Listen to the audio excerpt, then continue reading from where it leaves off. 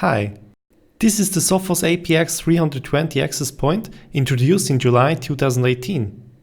The new access point series comes in a new packaging and looks much better. Compared to its previous model, the AP55 or 55C, the APX 320 offers twice as fast maximum performance. With only a few devices in the network, you won't feel any difference compared to the AP55, at least according to our tests.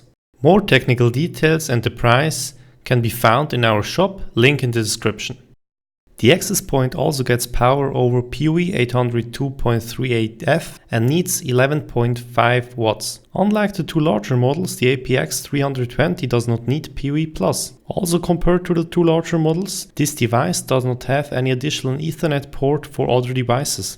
The APX 320 can already be managed by Sophos Central Wireless, or in November the firmware for the XG Firewall will be available. Bad news for all users still using the UTM operating system. APX and Sophos UTM will never work together.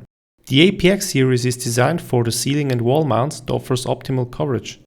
The license per AP is around $75 per year. On our shop you will find the current and the best price. These were some facts about the APX 320. I hope this video was useful and you know now what you can expect from this new Sophos access point.